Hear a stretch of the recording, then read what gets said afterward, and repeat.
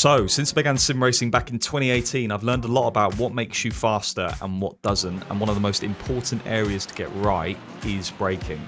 Arguably, it's the most crucial area when it comes to lap time and consistency. I mean, a corner starts on the brake, so if your braking's wrong, everything else is going to be wrong. And although this video is primarily focused on sim racing, a lot of the stuff we'll talk about does transfer over to a real race car, which is pretty cool. So then, using my experience as a pro sim racer, real racing driver, and sim racing coach, here are the 5 most common mistakes I see when it comes to braking. Let's get into it.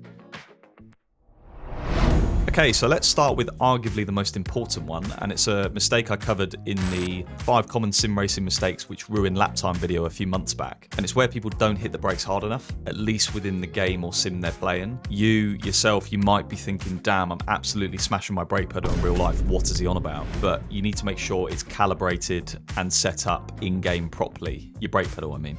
And yeah, typically you don't want it to be crazy hard to get to 100% brake pressure in game. If it's too hard to get to 100% over a 1 hour or 2 hour stint, you're just not going to be able to sustain that because your leg would just start to hurt and then it's a downward spiral from there.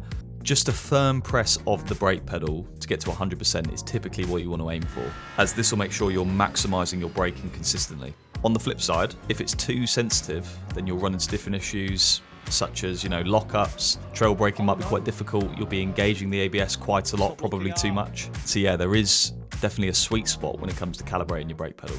And yeah, this sweet spot changes depending on the car you're in, but also whatever game you're playing as well. So for example, I have SimCube active pedals, and for Assetto Corsa Competizione, I typically run my brake pedal at around 70 kilos of force. And this is quite easy for me to hit in terms of getting it to 100% in game, because typically in ACC, you want to be hitting 100% brake pressure in game quite a lot. Whereas in iRacing, I run my brake pedal at 90 kilos brake force. So it's less sensitive for iRacing, because a lot of the time in iRacing, you generally don't want to be absolutely smashing the brake pedal in game due to the tyre model overheating, and there's a few other reasons as well. But yeah, the point is, I always set my rig up around my driving style. So when I switch games, I don't actually have to change my driving style too much. But yeah, to summarize, I think a lot of people are probably unaware of it, but they just don't set their brake pedal up correctly for the car or game they're playing, and therefore they're not fully maximizing their braking. And now you can make sure you're doing it.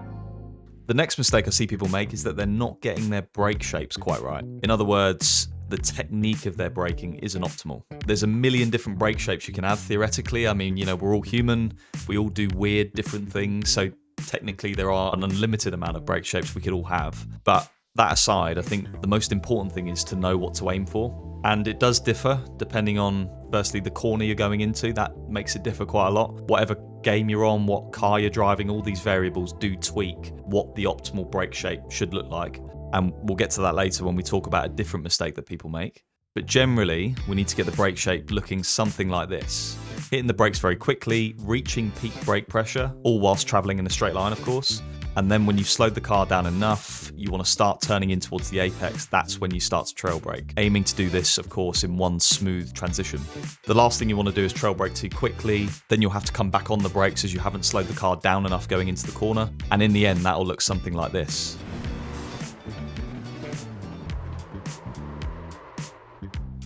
Or vice versa, if you hold onto the brakes for too long, it will look like this and you'll overslow the car.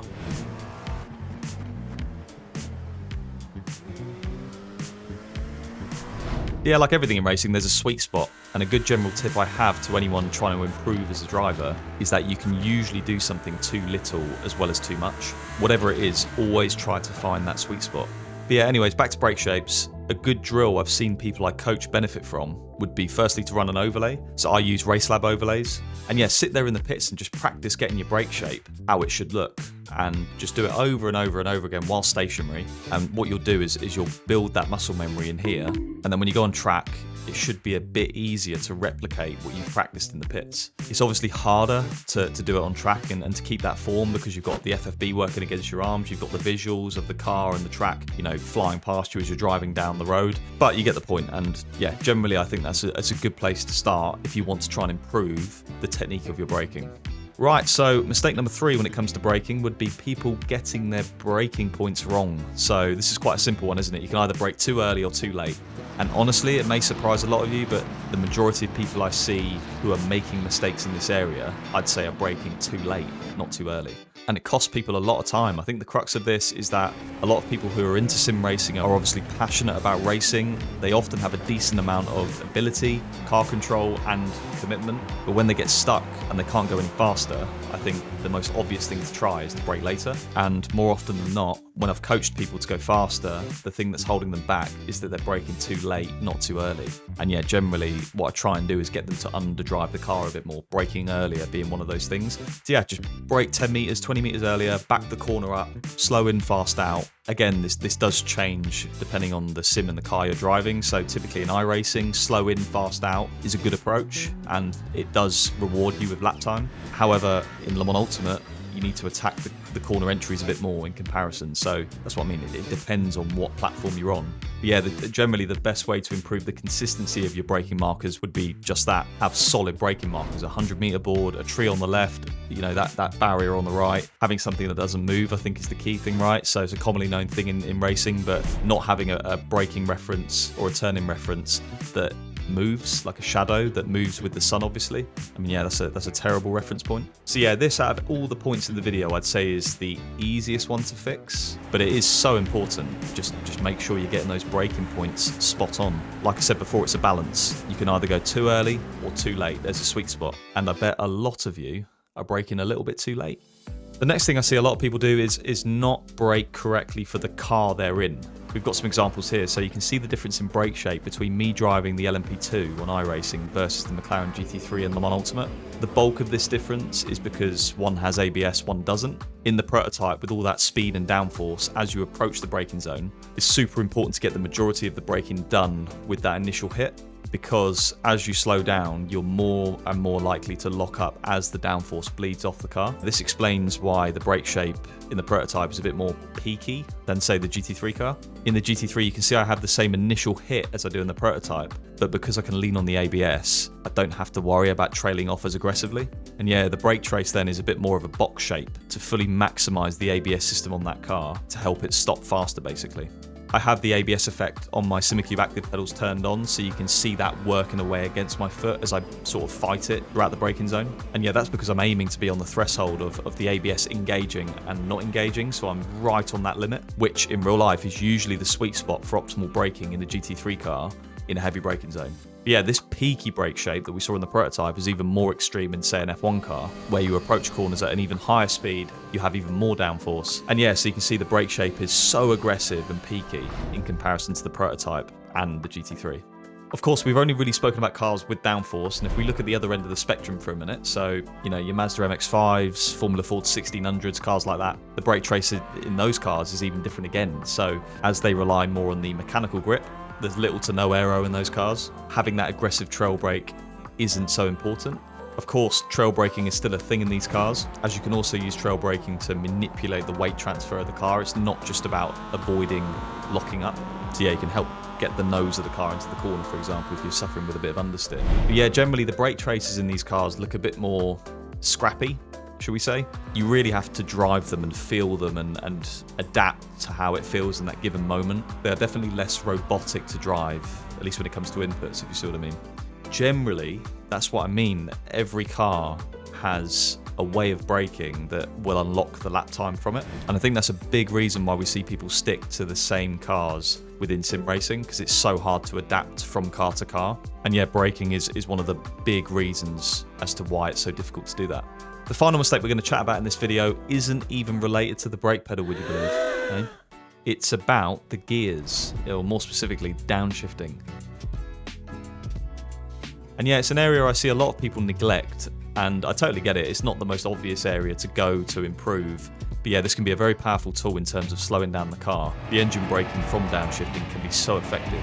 And yeah, in most cases these days you don't have to worry about blowing up the engine because there's downshift protection, so no worries on that front. But yeah, in my head there's two ways you can go about downshifting. You can either spam the downshifts to get down the gears as quickly as possible, or you can time the downshifts so the car won't slow down as quickly in comparison to spamming them. And yeah, from my experience, it really depends on what type of corner you're about to go into that dictates how you should downshift. Typically I would say If you're going into a heavy braking zone, I would spam the downshifts. So yeah, if you're going to a heavy braking zone with a slow speed corner, definitely spam those downshifts in most cases.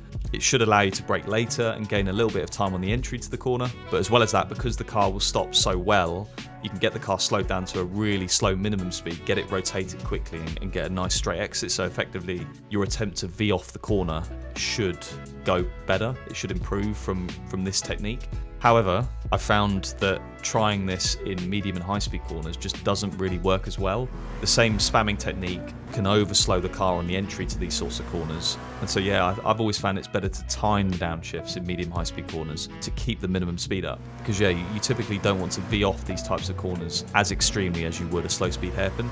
So yeah, overall then, downshifting is a massive part of the braking phase, and doing it properly dependent on what type of corner you've got coming up is super important. A couple of bonus points, I don't think they deserve their own segment, but the first one would be don't talk to anyone in the braking zones. Please, no talking when in the braking. Understood, Max. Well, why are you boring me? I'm right. In a lot of cases, and including myself in this, you just don't nail everything we've talked about in this video if you're talking to someone. There's just too much going on mentally. So yeah, save the chatting for the straights or even the corners, but after the braking zone's done, so the second half of the corner, just so you can keep 100% of your brain power to focus on that braking, as it is so difficult and tricky to get right. And yeah, the second point would be dead zones. So yeah, dead zones are something we can take advantage of in sim racing. I'll keep this short. I typically run a 10% bottom dead zone on my brake pedal just to tidy up my inputs. Also, it stops any unwanted brake dragging, which can sometimes creep in. And yeah, I don't run an upper dead zone on my brake, just a bottom dead zone. But yeah, I've had quite a few people now that I've coached brake dragging and they didn't even know it, which yeah, of course is shedding a lot of lap time on the straights. So there we go, those are the 5 most common mistakes I see when it comes to braking. And as I said at the start of the video, a lot of this will transfer to a real world race car. I hope some of you found it useful. Fingers crossed it finds some of you some raw pace and or consistency. And yeah, hopefully it'll find you some car control as well, because being in control of the car you're driving is arguably the most important thing, and that's your foundation and everything builds from that. So if you have car control, the lap time, the consistency will come. But yeah, if you guys feel like I missed anything or have any questions, get down in the comments below and I will respond to those. And yeah, hope you enjoyed the video. Give it a like and subscribe if you did. And I will see you lot next time.